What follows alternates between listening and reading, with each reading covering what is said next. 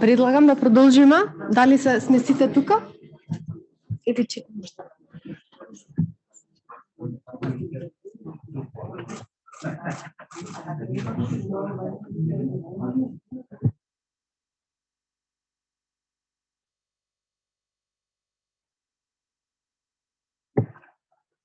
Почитувани, добар ден и од мене.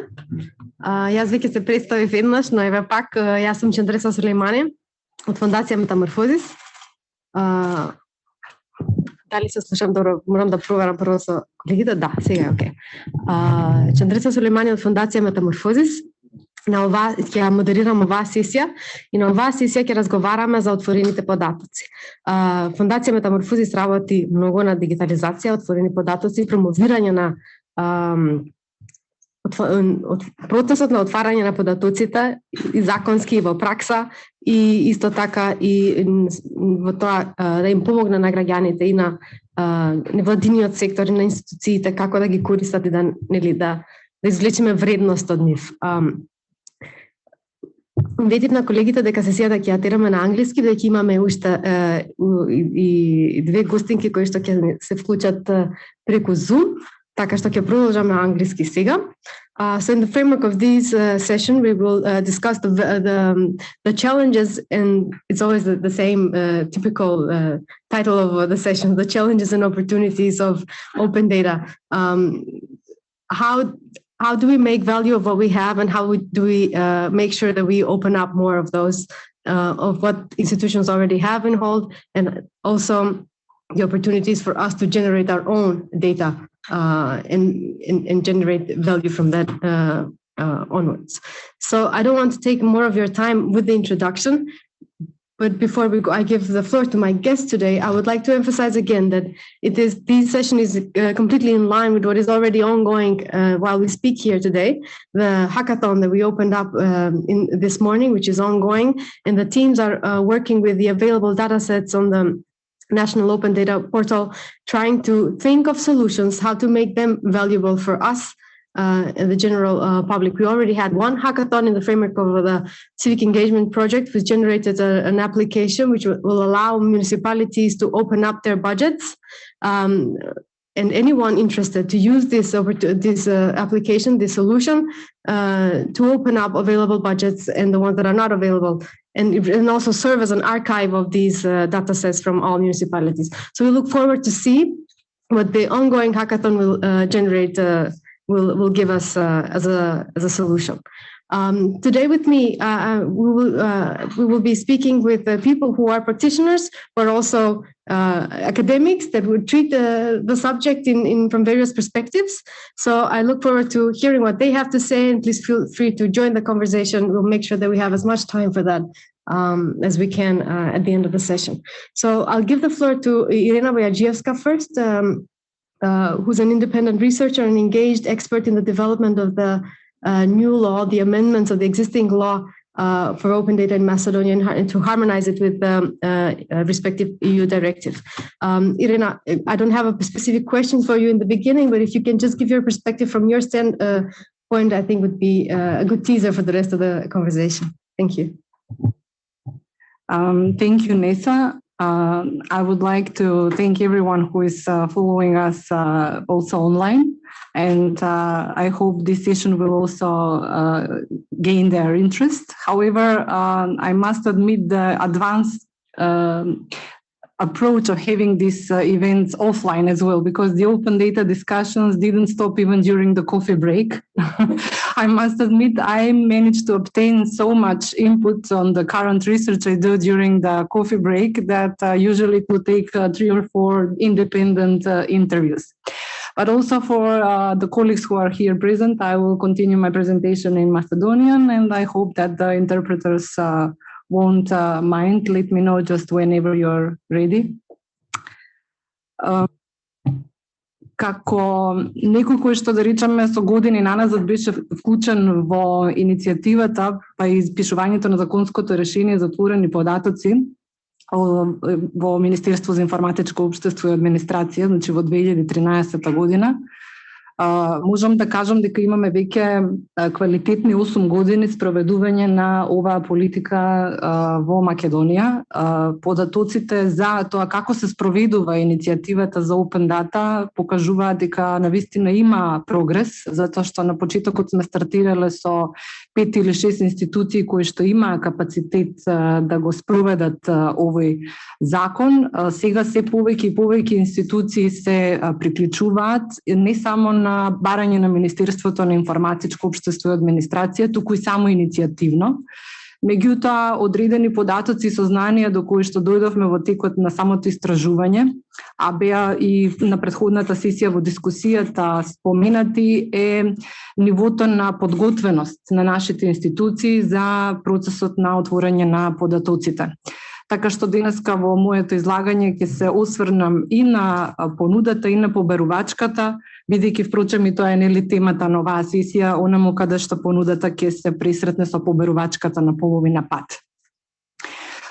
Мора да се зборува за Open Data од аспект на култура за отворени податоци. Сите кои што повеќе време работиме на ова знаеме дека еден податок кој што е подготвен од одредена институција, а не е објавен, ниту има вредност, ниту има потенцијал.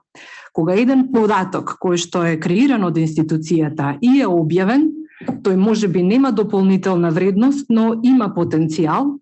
И секако најдобро е кога одредени податоци или податок кој што е објавен од институцијата и е процесиран, односно обработен, тој значи дека веќе има додадена вредност, а исто така има и потенцијал повторно да биде користен. Тоа е целта на податоците. Значи, треба таа култура за Open Data да ни покаже дека целта на податоците е да бидат обработувани. Дури и оние кои што се да речам чувари на податоците, најмногу од аспект на приватноста, и тие ќе ви кажат дека податоците се за обработување. Треба да се нормално чуваат во рамките на она што го предвидува и Законот за заштита на лични податоци и големите обврски што ги наметна GDPR. Меѓутоа, во никој случај приватноста и заштитата на податоците не смее да биде пречка за развој на Open Data културата. Ова е едно од сознанијата до кои што дојдовме во текот на истражувањето, а и низ праксата на годините, дека одредена група институции имаат малку и, да речам, отпор према Open Data, токму од аспект на несигурноста, да не случајно она што го објават е во судир со заштитата на приватноста, односно заштитата на личните податоци. Така што од сите видови на категории на пречки кои што можеме да ги идентификуваме, таа е една од најчестите. Се разбира, мора да се каже во контекст на таа Open Data култура, дека од прилика институциите колку што објавуваат податоци на собствена иницијатива, толку објавуваат податоци на барање на Министерството за информатичко општество и администрација, што нам ни представува еден показател дека оваа политика и оваа култура или концепт на отворени податоци се уште во помеѓу државните институции се перцепира како политика на Министерството за информатичко општество и администрација. Немаме премногу пионери, институции кои што Open Data го прифатиле како собствен концепт, како политика со која што самите може да се истакнат и издигнат, туку перцепцијата останува на тоа дека ова е нешто што го правиме заради тоа што Министерството за информатичко општество така нас ни бара или така нас ни налага. Имаме секако позитивни примери, како што е Open Finance на Министерството за финансии, ве слушнавме во претходните неколку сесии убави примери од локално ниво, меѓутоа сето ова кога ќе се спои на едно место и ќе се земе во предвид дека сепак во Open Data не сме млади веќе, имаме 8 години во имплементација, не можам да констатирам дека одиме со бараното темпо и со бараната брзина, кој што до сега се очекуваше дека Open Data треба да даде многу поголеми резултати, мајки во предвид дека во времето кога во Македонија се промовираше Open Data, бевме помеѓу, да речам, пионерите, а сега веќе не сме толку нови во приказната за да немаме поимпозантни резултати. Исто така може да се констатира дека од истражувањето дека во самите институции немаат сите доволно човечки ресурси со кои што би можеле да ја спроведат политиката на отворени податоци. И тоа е една од оние точки каде што велиме дека побарувачката се сретнува со понудата, односно благодарение на голем број капацитети и поддршка кои што биле инвестирани во државната администрација, а особено доаѓаат од граѓанскиот сектор преку обуки, преку проекти и слично, одредени институции реално кажуваат дека без таква надворешна помош воопшто не би можеле да го спроведат или да го имплементираат концептот на отворените податоци. Имаме уште еден дополнителен, да речам, предизвик во објавувањето на податоците, а тоа е начинот на кој што воопшто институциите нив ги собираат. Значи, тоа ни покажува низ фактот дека кога се запрашани институциите, да речеме, каков тип на операција за вас представува отворањето на податоците, има одреден дел кој што рекле дека за нив тоа е едноставна операција, меѓутоа постојат и такви кои што кажале дека тоа за нив е или сложена операција или операција која што е изводлива, но би побарала екстремно премногу инвестирање на време и човечки ресурси за да може истото да се постигне. Значи, збориме за неавтоматизиран, методолошки несоодветен начин на прибирање на информациите, штом толку големи потешкоти имаат институциите во начинот на кој што истите би можеле да ги објават. И тоа е секако пречка за поголеми резултати во open data. И тоа не е чудно кога ќе земеме во предвид како институциите ги ажурираат податоците на Data.gov.mk порталот. Значи, беше доста разочарувачки да се види дека едно 40% од податоците објавени на овој сајт се уште се ажурираат рачно. И тоа можете да замислите, односно сите да сватиме дека навистина е товар за државните институции штом податоците се ажурираат рачно. Предпоставувам, а и истражувањето дополнително ќе потврди дека со самото тоа што некое лице треба рачно да ги ажурира тие податоци во институцијата, не им дава, да речам, многу голем ентузијазам да премногу често ги ажурираат таквите податочни сетови, односно самите, да речеме, темпираат истите да се ажурираат месечно или на 3 месеци, а сега ако го земеме тоа да спекпа на страната на побарувачката, тоа е премногу споро, ретко и нередовно ажурирање на податоците за некој на такво ниско ниво на фреквентност на ажурирање да може да го базира својот бизнес модел. Така што од страната на побарувачката со некои кои што работат исто така долго време на open data и ги користат податоците, сознанието се дека можеби првично превземаат податоци, меѓутоа со текот на користењето тие самите развиваат собствени датабази или собствени ажурирања прават за да може нивниот бизнес модел да опстане. Едноставно институциите не ги ажурираат податоците доволно често за на некого бизнес моделот да му биде исплатлив или доволно ажурен, па на тоа да може да се ослони. Меѓутоа има и уште еден момент, а тоа е дека самите институции до сега, па дури ни кон себе, ниту пак до Министерството за информатичко општество и администрација, не пријавиле премногу голем број на барања за податоци. Што значи дека тука сега веќе да не излезе дека сите забелешки ги ставивме на терет на институциите, мора да кажеме и нешто на страната на побарувачката.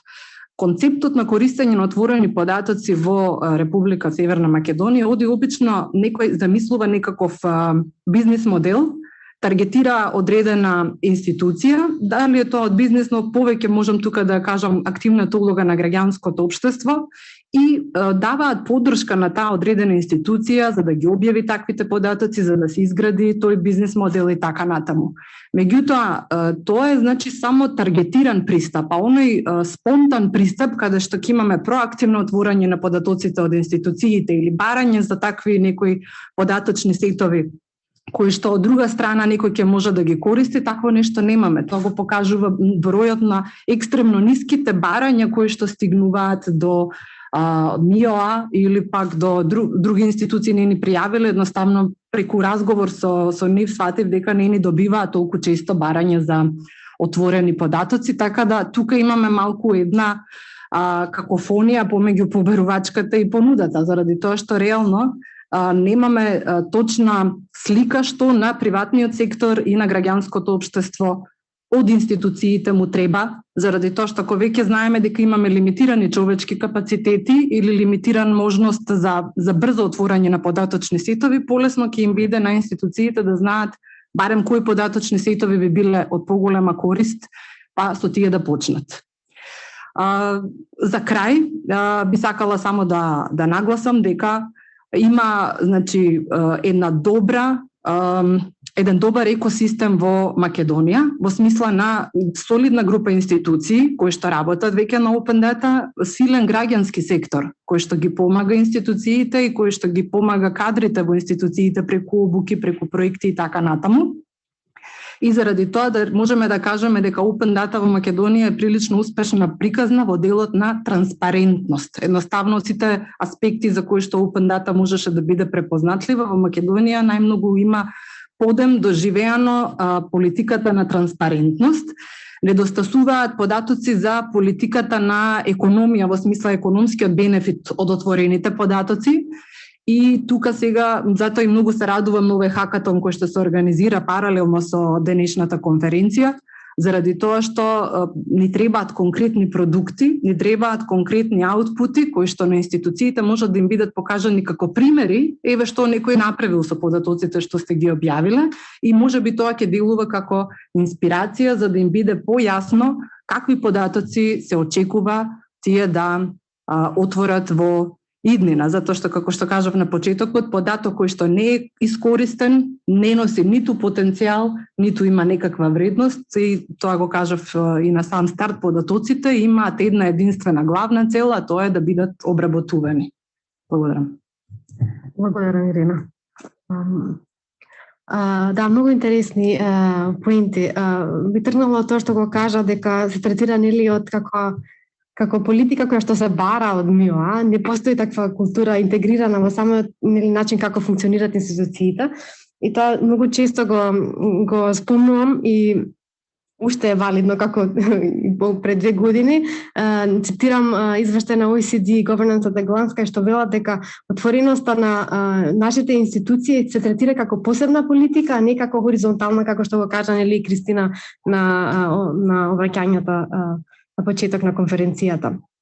И завршува со проект на МИО кој што се бара од нив и завршува нели со краен рок краток додека ги исполнат нивните барања, и тука завршува приказната со Open Data. Од друга страна, како што спомна, невладиниот сектор игра многу важна улога за да ги прави овие податочни сетови достапни за граѓаните и за јавноста, но во исто време да им помогне на институциите да бидат технички спремни да ги направат достапни. Веќе кажавме дека Метаморфозис игра многу важна улога во овој процес, како што или беше идентификувано и со истражувањето. Сакам сега да ја вклучам колешката од Косово, Делвина, која што доаѓа од Open Data Косово, а можеби ќе може да ни ја даде таа перспектива на невладин сектор, што тие прават, како тие придонесуваат институциите да објавуваат повеќе податоци и податочните сетови достапни веќе да се користат од јавноста. Можеби ќе ни треба 1 минута дека ја вклучиме Делвина. Мики, окей сме? Delvina, can you hear us? Hi everyone. Yes, I can hear you perfectly. Can you hear me? I can hear you too. So, would you like to tell us more about your work with institutions, with NGO sector journalists, and everyone you work with to promote the principles of open data in Kosovo? And thank you. Sure. Thank you again for inviting us to participate in your event. It's a pleasure seeing a numerous of stakeholders involved in this topic and pushing forward the openness of data in your respective countries. As you said, we as Open Data, we work with institutions, other CS organizations, and with citizens as well in recognizing the importance of technology for contributing to good governance and social good. We have championed the opening of governmental data in Kosovo since its founding in 2014. We have designed, developed, and delivered scalable data-driven solutions for a diverse portfolio of partners here, including our main stakeholder being the institutions in Kosovo. recent years, we have witnessed a considerable enthusiasm over open data. And although the open data opening process in Kosovo has intensified last 4 to 5 years, the demand for the increased transparency from the public institutions has come mainly from the civil society. Even though Kosovo has a long road ahead in terms of experiencing an effective digital transformation and openness of data, the initiatives developed up to date are also to be acknowledged. As per our experience, the lack of open data, but even outdated data can cause limitations, and we have been faced with such limitations during our work, but also in partnering with other civil society organizations, because we often lack specific and particular informations regarding several affairs of leading institutions in the country. Our work initially started where it's important to mention the e-procurement platform, which was developed in 2015, providing the initial step of transparency. This has changed the whole approach of the community in terms of procurement procedures in the country, where ODK, along with other civil society organizations, has initiated this platform in order to portray the data on public procurement in different municipalities across the country, which were earlier not previously accessible. This was an initial step in informing also the institutions themselves, but the general audience on the importance of transparency and accountability from the local institutions towards their citizens. We also have the portal for open data, which is an important tool for the country. However, it of course needs more development, where we with civil society organizations are continuously advocating and pushing for it to be a national portal for data in numerous fields within the institutions and the levels of society in the country. Kosovo, unfortunately, does not have a specific regulation on open data. However, we have the Kosovo law on access to public documents, where it tackles indirectly Kosovo's public institutions to respond to requests for open data and official documents, which mainly come from the civil society organizations. We as ODK, along with regional partners, we have developed the Kosovo Digital Agenda Observatory, which informs that there is a long way on improving the process of open data in Kosovo. Firstly, the existing platforms need to be populated with more data covering all sectors and need to be more technically available for the citizens, meaning informing the citizens on how to use them. And also there's the most important thing is to enforce the practice of routinely collecting the data. Kosovo, fortunately, has a solid legal infrastructure, but needs to continuously build its digital infrastructure, which it's an essential aspect that is currently behind. But an important tool here is that we have a very active civil society sector in Kosovo, which is working continuously with leading institutions in emphasizing the road towards open government, in requesting accountability and transparency. Through educational and advocacy roles, we are creating continuously incentives for the importance of access to data and putting these issues into the agenda, which were not previously discussed solely by the leading institutions in Kosovo. And the important thing is that it's providing education to the general audience, considering that Kosovo is now in the path to embrace the principles of open data. The institutions are starting to share government data in machine-readable and more standardized formats. Thus, this has presented an ideal space for the CSOs in Kosovo to act as intermediating actors to undertake, to say, a translative role for such information to be understandable by the general public, meaning to increase the critical thinking, the digital literacy of the general audience about the data they consume and their importance. I will conclude my speech by saying that the cooperation between public institutions and the civil society, also citizens of Kosovo, is highly important.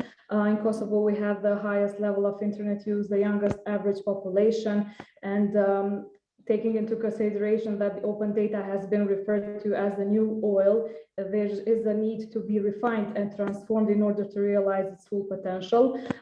Therefore, through collaboration with local institutions, incentivizing different initiatives, advocacy initiatives, and also training and educational initiatives, there are numerous opportunities to cooperate and provide individuals and the general audience to understand the importance of open data, not only Kosovo, but as a general term. So thank you. I will be open for further questions. Thank you, Silvina. That was a short time for everything that you contribute to the Kosovo society about open data and the digitalization in general. We are aware. Yes, so as Delvina said, the CSOs, they play an important role in keeping the conversation going and emphasizing the importance of data, not solely for the value that they bring to, the transparency of institutions, but also to the additional values that they can bring to the society. And I think now we can maybe give the floor to Lazar here, Lazar Popivanov, the head of experimentation at the UNDP in Skopje, who could maybe give us his take from his perspective on generating value for data that are available and the data that we would like to make available, so we are able to document and make sure that we have social development and economic development across the board. Thank you. Thank you very much, Kendresa. First of all, allow me to extend my gratitude to Kendresa, Mila, and the Metamorphosis team for extending an invitation for us to take part in your conference, and congratulations on the conference as well. I think it's a very nicely framed and interesting discussion, very timely. So thank you, well done, and thank you for the invitation. As Kendresa mentioned, I come from the Accelerator Lab team within UNDP in the country office in Skopje. However, today, for this presentation, I will refer to a very niche part of UNDP called the Accelerator Lab teams and the Global Accelerator Lab Network. I will not talk about data and digitalization processes that UNDP has done because they have a very vast portfolio. I just wanted to mention this because it's very current. The Accelerator Lab Network exists for 2 years. So I'll start there. I'll give a bit of an overview about the Accelerator Lab Network, and then I'll talk about 2 hopefully interesting initiatives that we've done in the previous year that have the diversification of data sources and tools, which I think might be interesting for this audience and this panel. Again, thank you very much. So I just need to come closer. Yep, got it. And also, it's been 2 years since I've given a speech live, so bear with me. If there are some disturbances, I apologize in advance. So as I mentioned, we're called the Accelerator Lab team, which is a team of 3 embedded within the country offices of UNDP. The Accelerator Lab network consists of 91 labs that cover the territory of 115 countries worldwide. Their role, or part of their role, is to work together with the country offices in providing a bit more cross-portfolio work, enabling a bit more focus on digitalization and data, but also encouraging learning and experimentation as methods of work of the teams. We are strategically, as I mentioned, embedded within the country offices of UNDP, and we're a learning network, which is very interesting because I think not often do international organizations invest so much energy and time into creating learning networks, but hopefully by the end of this speech, you'll see the added value and the added benefits of it. So a part of our job is to generate new actionable intelligence, but also test solutions and experiment a bit with the data that we're covering. So ideally, we should be closing, because we have a span of a lot of countries covering. Ideally, we should be closing gaps that exist between development organizations across the world, so that information sharing is done very rapidly, and then we test new solutions, and then draw lessons from that. For today, I would like to talk about 2 examples of how we, I believe, managed in our country office in Skopje, North Macedonia, to diversify different data sources and hopefully engage better with a certain problematic, with a certain challenge. So the first example that I would like to talk about is called the City Experiment Fund. Basically, we've been spending the last several months designing a portfolio of options about what are some of the challenges that the city is facing, the city of Skopje is facing. So the process led us to focus on circularity and waste. So we wanted to explore the untapped potential of bio-waste in the city, because we learned that a lot of bio-waste is being produced by a variety of entities in the city.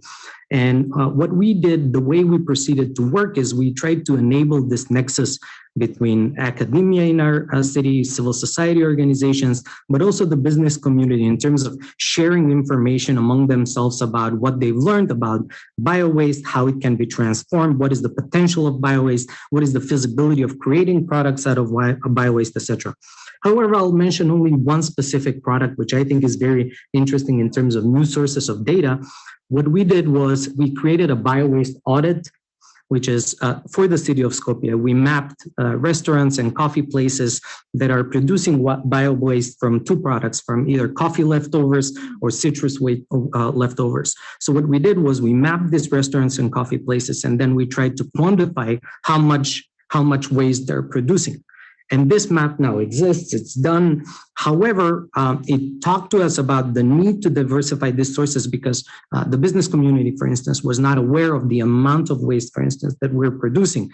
Neither were CSOs to that extent about how much waste is being produced and how much they can play around with, right, or transform it into something beneficial. So I think that this type of diversification of data sources is important to enter the public discourse, and not only the public discourse, but also institutions, national, local institutions, to be presented publicly, so that different stakeholders can make decisions based on this new type of data. So I'm not saying this is fully new, because of course crowdfunding and crowdsourcing and mapping have existed, but we can expand it into a lot of different walks of life and into a lot of different areas, which I think can open the untapped potential of this type of diversification of data sources. The second example I would like to give is a bit more political in terms of what we've done in the past year. Again, we've worked on redesigning the way we create and conduct the process of developing public strategic documents. And I know this may not sound like the most exciting project in the world, but we really got excited about it, and we really spent a lot of time and energy into how we can redesign the process of strategically planning in one country. So we had an opportunity to work with national institutions in providing support for how to redesign the development, or how to design the development of the National Development Strategy, which was announced to take place from 2021 until 2041. But in the core of this redesign of public policies, we wanted to incorporate the lessons from the pandemic and certain digitalization processes that have occurred during the pandemic and still are ongoing. We also wanted to make sure that we learn from comparative examples about what worked in other countries, but also what really didn't work in terms of public processes and the developing of public policies. But also we wanted to learn, particularly from the EU, about innovation, new innovative mechanisms of how to get citizens involved in the process from the very early stages on in the design of the public documents up until their implementation monitoring. So the core question that we asked ourselves was, how do we get people involved in the public policy making process? What we learned is that we have to include citizens very early on in the design stage of the process. We tried to do that by inviting civil society organizations, academia, and the business community into the process of designing how the actual formulation of the strategy should take place, right? The strategy hasn't been started to be written yet. So this was one step even before that. We also adopted the systemic, more humble approach to public policy making, meaning that we acknowledge that not the national institutions don't necessarily, and ourselves don't necessarily have all the data, all the information relevant for such long-term strategic planning, particularly when it's 20 years in longevity in terms of that document or how it's intended to be. And then here's where I come to the point of data diversification. We learned that perhaps we want to experiment perhaps with this future thinking exercise, meaning that we want to get citizens involved in the process through these dream labs. And dream labs are these future thinking sessions in which we ask citizens, we ask stakeholders where they see the country in the upcoming 10, in the upcoming 20 years. And based on their input, based on the data that they're generating continuously, so that to feed the process of the actual formulation of the strategy. So kind of like a process a bit in reverse. We first go to citizens, we first go to stakeholders and interested parties for them to feed how a national strategic document should look like. And this, I think, this humility in the approach offers us to give people a bit more ownership towards the development of strategic policies, but also to get them involved in a very honest, candid way, and for their input to influence the actual document and vice versa, and the national institutions to be able to influence the way citizens see that particular document. In addition, for this particular process, we of course created a digital platform, which I know it's not anything new to the CSO sector. However, we're using the digital platform to enable this two-way communication. And I know this is the greatest challenge because it doesn't always work. However, we believe that if they're done in parallel, this future thinking session, and then we use the website and the digital platform to enable this two-way communication, but also to map, to use it as a sense-making opportunity to map where citizens are at in terms of their thinking, it might influence the process in a more meaningful way. Finally, and this will be my last point, in terms of digitalization, our team believes that a lot of good practices exist in our society at the moment, both on local and on national level. So sometimes it is a good use of time and resources to map existing efforts and then being able to scale them, replicate them, but to tap into existing solutions because a lot of good work has been done by different actors in our society, and then work our way from there. I'll pause here and stand open for questions. Thank you very much. Thank you, Laza.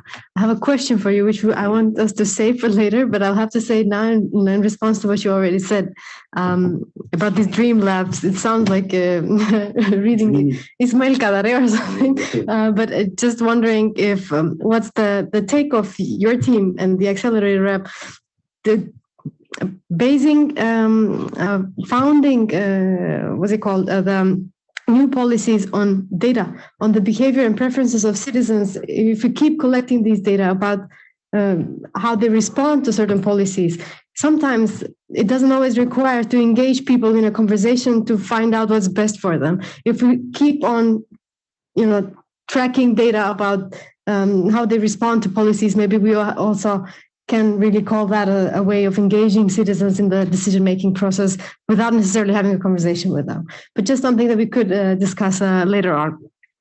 Now we did engage a representative from the civil society. We did speak to Irena, who gave her academic point of view and expertise in the development of the new law. And then we heard this inspirational talk from Lazar about how to really generate the value from the data that are available, or the ones that we need to create to get value from. Now I would like to pass on the mic virtually to Nada Rakočević from the Chamber of Economy of Montenegro.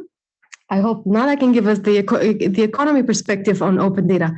If there's any good practices or challenges that you could share with us on that perspective, and maybe the example of Montenegro in this case, it's something we could value, and maybe tease a conversation for the remaining minutes that we have after your talk. Thank you, Nada. The floor is yours. Thank you. First of all, I would like to greet everyone and thanks the organizer for the invitation and the opportunity to discuss the open data, because I believe that talking about open data is never enough. I say this from personal experience, working on the implementation of the ODON, its acronym of Open Data for Open Innovation Project, which the Chamber of Commerce of Montenegro has been implementing since 2015. I first encountered the concept of open data. The first understanding of open data was that it was publicly available and transparent data, which had only informative significance. However, going deeper into the topic, I recognize the huge potential that open data has. In Montenegro, we have the same problem with open data. The legal framework is in place, but institutions do not have sufficient capacity to create, publish, and update open data. I will speak as if these problems have been overcome. Why open data is so important? Open data has the potential to help develop the economy, transform society, and protect the environment. Open data is the fuel in Industry 4.0 and digital transformation. Their use helps to create new information, knowledge, and thereby affect the overall development of the economy and society. Certain data sets in the public sector have important socioeconomic benefits, potential for new services, number of users. Their availability is crucial for the economy and society and the basis for cross-border services. Access to and the reuse of these data sets accelerates the development of new value-added products and services. Support the emergence of new data-driven enterprises and the growth of existing ones. Governments must publish key data sets. Governments should also support data infrastructure, the content data to those who use it. In turn, governments are reaping the benefits of a growing data economy, as in Finland, where open data SME have grown 50% faster than non-open ones. One of the segments of applied open data is in the IT industry. Although the greatest impact of open data is not in this industry, they are crucial for their application due to the specific knowledge and skills of programmers, computer science, and technology enthusiasts. Reuse of existing data such as geolocation data, meteorological data, and their combination can create different application and different levels of complexity that can be socially useful, open to use, or commercial. This creates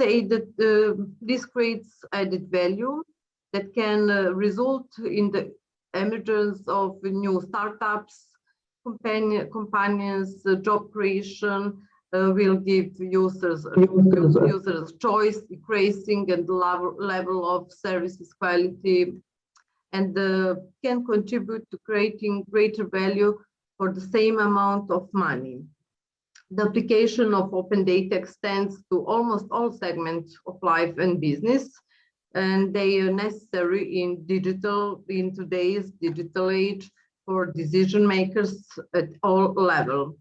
According to the research by the McKinsey Global Institute, 7 sectors: education, transportation, consumer goods, energy, and healthcare could generate more than $3 trillion in value added annually thanks to open data.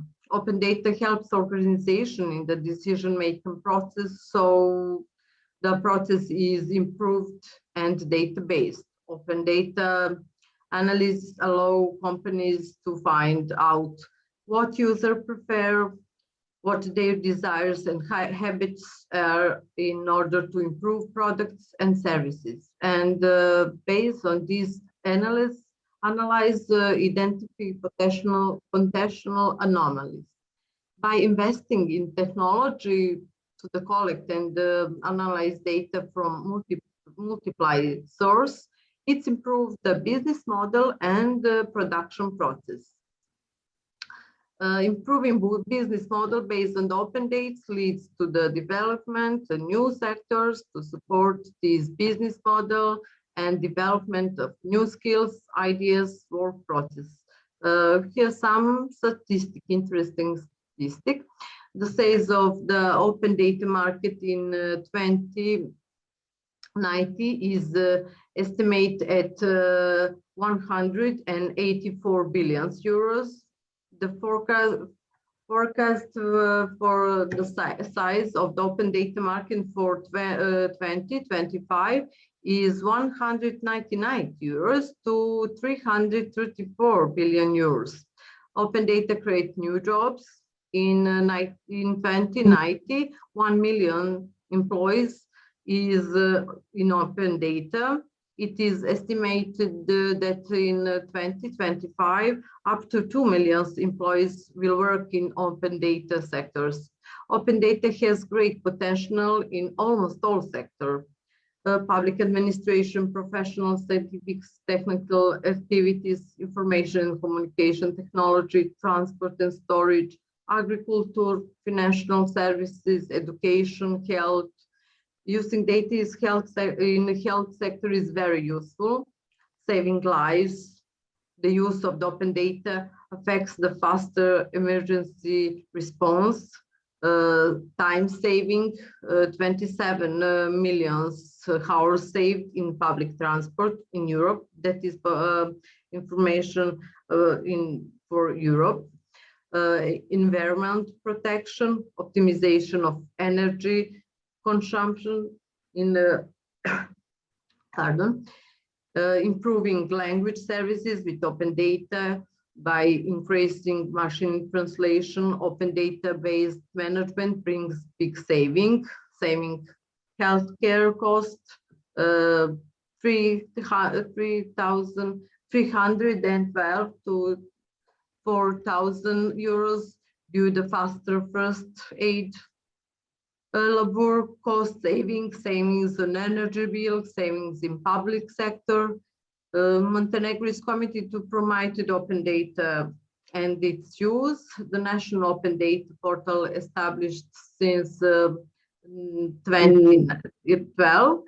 It can be said that there is good infrastructure for open data, but there is still not enough knowledge about open data and its use value.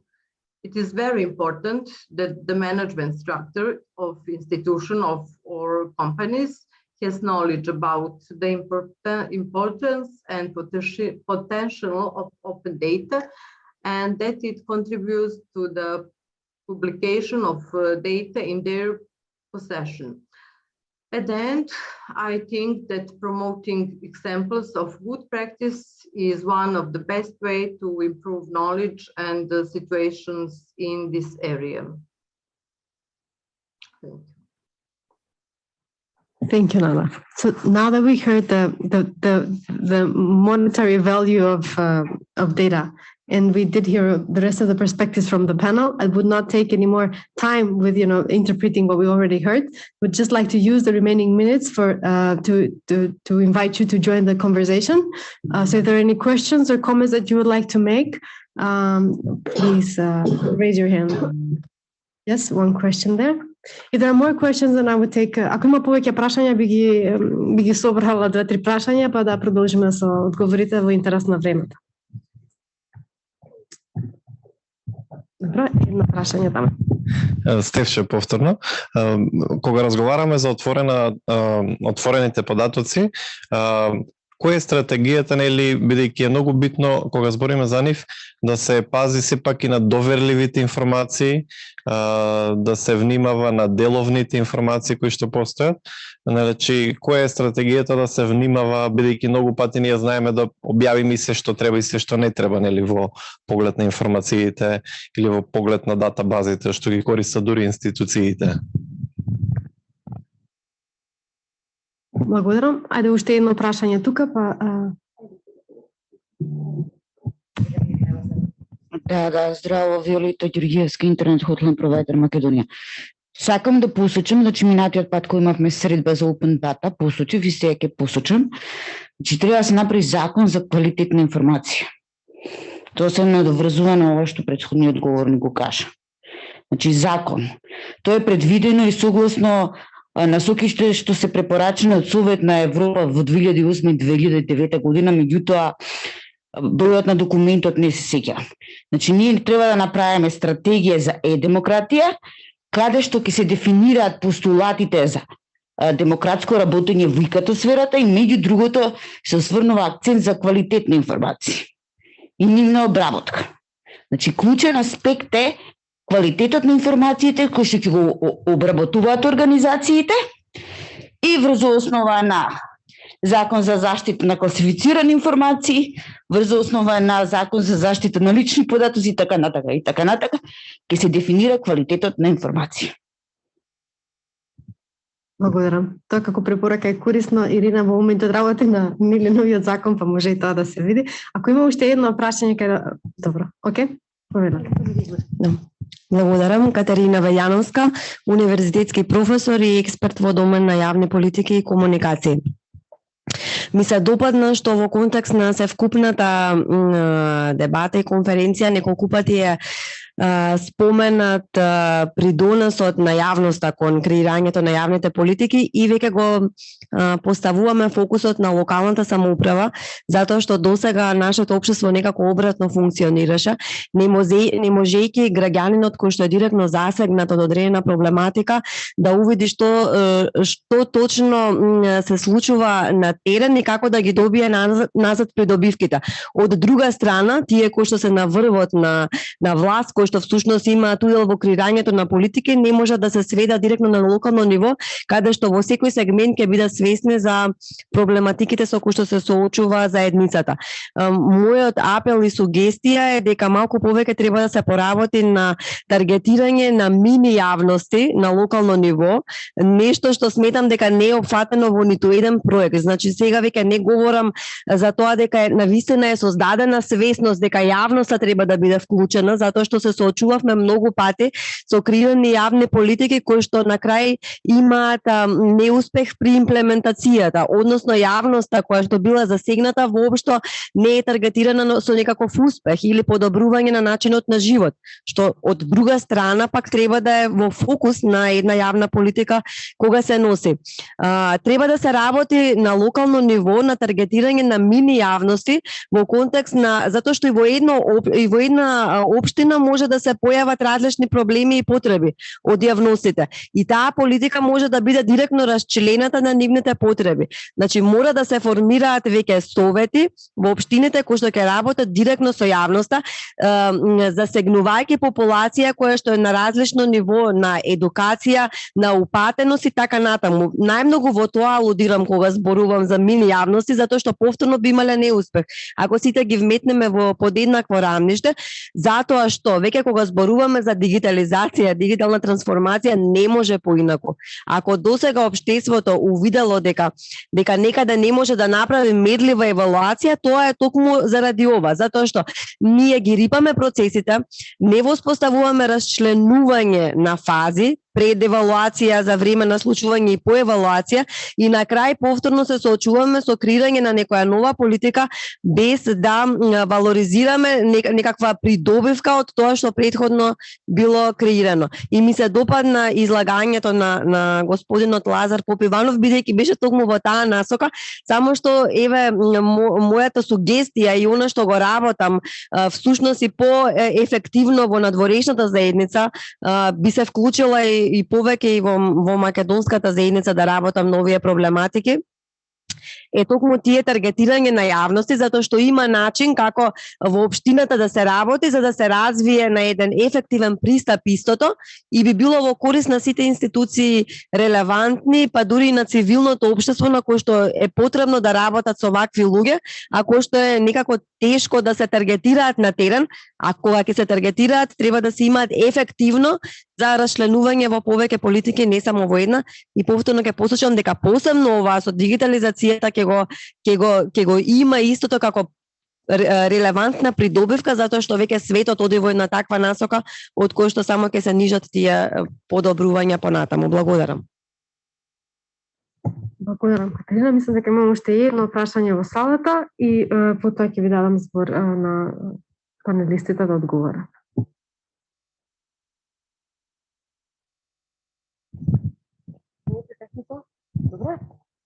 Океј. Искра Билчева, Центар за промени се промени. Ние работевме со МИО заедно кога се воспоставуваше порталот за отворени податоци уште 2018. Тогаш беше една мокотрпна работа. Гледам дека сега се уште продолжува така. Ме интересира, пошто Ирена рече дека истражување е сега направено и дека таа не е задоволна од она што го гледа како прогрес. Има некакви податоци, не знам колку нови податочни сетови се отворени во последниве години, во последниве 2 години, не знам од какви институции, од централни, од локални, колку институции се сега вклучени на порталот и така. Претпоставам дека ќе излезе како печатено издание, ама еве да слушнеме. Па Ирина, спитам дека и ова прашање и претходното прашање би можела да ги одговориш ти, па после да видиме дали имаме и на чат прашања. Благодарам за прашањата. Во контекст на прашањето кои податоци би требале да бидат отворени, да, многу убаво прашање, затоа што тоа е првото нешто што кога ќе им побарате на институциите да ги објават своите податоци, ви велат добро, кои се тие податоци што треба да ги објавиме. И многу е неблагодарно затоа што ако некој го води овој проект и треба од одредена институција да побара податоци, вие прво мора да знаете какви податоци таа институција пред да генерира. И имало обиди во контексти на прашањето кое што го постави Искра околу креирањето, односно апдейтирањето на Open Data порталот во Македонија, значи да се направи онаа каталогизација на податоци кои што ги креираат институциите за да може да им се каже што може да отворат, а што не може да отворат, односно кои од тие би биле податоци кои што можат да се користат како отворени податоци, за да се избегне оно што беше споменато во другото прашање како сензитивни. Околу тоа што треба да се отвори, институциите сами мора да идентификуваат какви податоци продуцираат. За сите оние кои што, бидејќи тоа не е спроведено кај нас, немаме многу податоци околу тоа што се институциите генерираат како податок, иако тие, например, секогаш не упатуваат дека нивните податоци се генерираат согласно некој закон, меѓутоа тоа е многу полесно за самата институција да каже кои податоци ги генерира, отколку некој да седне и сега една по друга точка низ законот да ги пребарува податоците што се создаваат. Меѓутоа, можам тука да кажам, не да се тешиме, дека и земјите членки на ЕУ го имале овој проблем. По тие причини, новата директива за отворени податоци, која што влезе во сила на 17 јули 2021 година, значи сега допрва ги гледаме искуствата од земјите членки како се усогласиле, иако има такви кои што уште ја немаат транспонирано, иако е поминат рокот, таа утврдува една нова категорија која што се вика high value data или податочни сетови од висока вредност. Од прилика преводот сега кој како сака.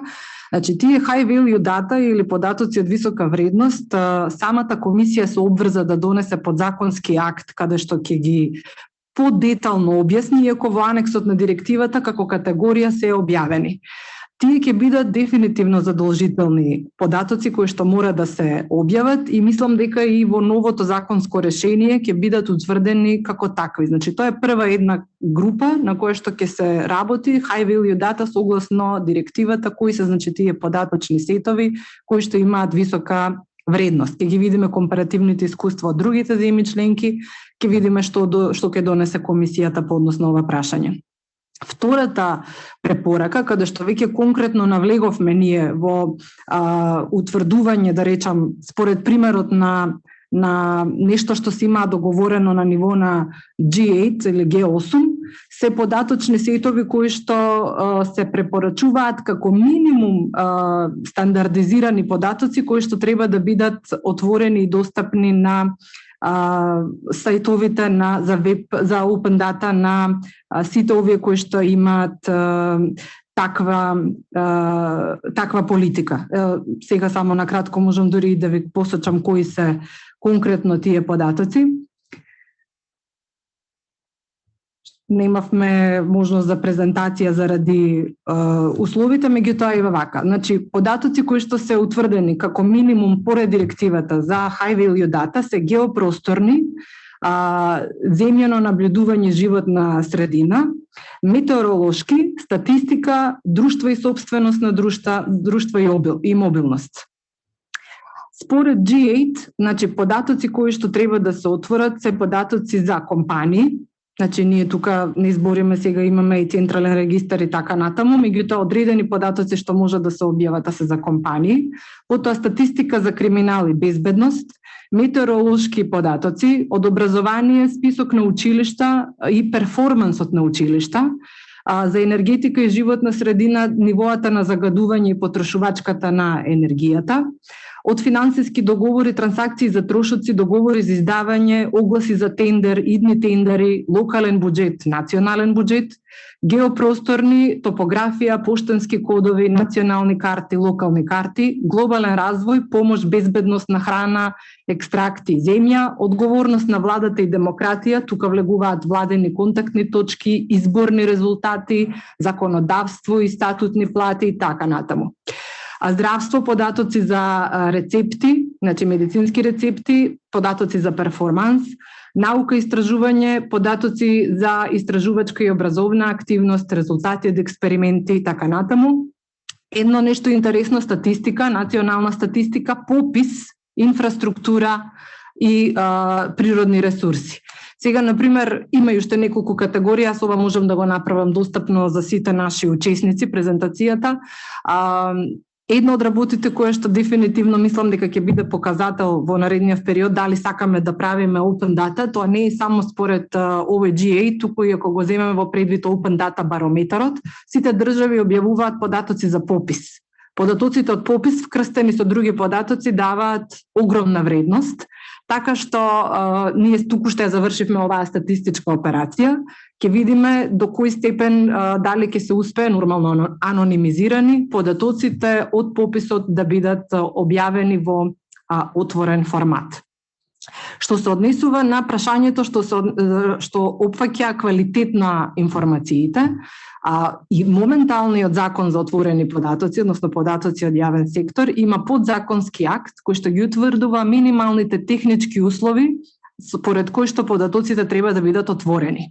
И апропо тоа ќе го одговорам и прашањето на Искра дека не можам да дадам точна бројка за open data сетови, затоа што не сите податоци ги исполнуваат стандардите за open data. Тука за жал имаме и ретерирање од некои политики, нешто што било отворено сега веќе нема да го најдете во таков формат и така натаму, а во секој случај има прогрес на порталот. Меѓутоа, тоа веќе се надоврзува на претходната теза која што ја обработивме, дека не се сите институции на исто ниво на техничка подготвеност. Значи, секој ги објавува податоците онака како што може. Самиот портал за отворени податоци има многу добар е порталот и има препораки како да се објават податоците, кои што ги исполнува оние тие се веќе стари тези на тестот за 5 звезди или the 5-star метод. Значи, кои све податоци се сметаат како отворени податоци, така што мислам дека ние имаме веќе написмено доволно утврдена политика како треба да изгледа стандардизирано добар податок. Само прашањето е пак на крај колку истата се спроведува.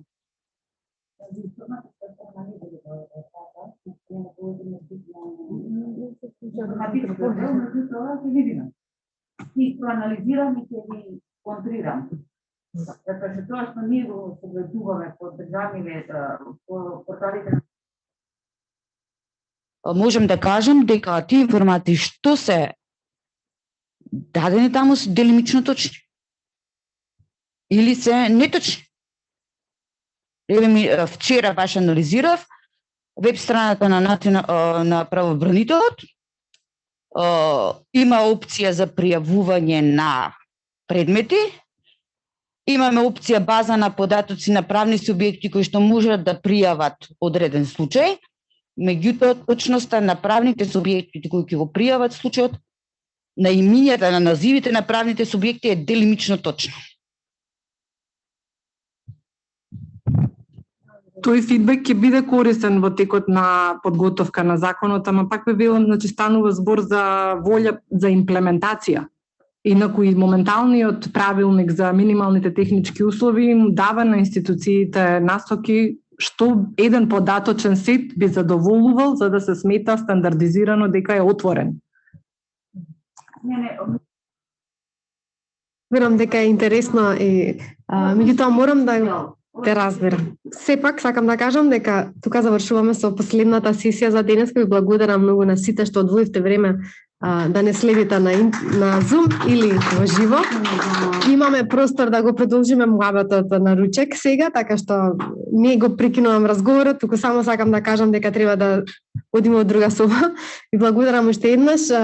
Истото ќе го повторам тоа што го кажа Ирена, дека во меѓувреме Ирена продолжува со консултации, со состаноци за тоа како се спроведува закон за отворени податоци кај нас, кои се практиките, што имаме како добри и лоши примери, да споделиме со неа. Ако сметате дека имате вие што да придонесете, знаете некој кој може, слободно може да не контактирате нас или Ирена и ќе организираме состанок за да ги документираме сите тие податоци. Благодарам многу. Конференцијата продолжува и утре. Агендата е објавена на нашиот сајт, на ISO-Site.mk и на социјални медиуми. Се надевам дека ќе не следите до последниот ден, кога ќе ги објавиме резултатите од хакатонот на 3 декември. Благодарам многу.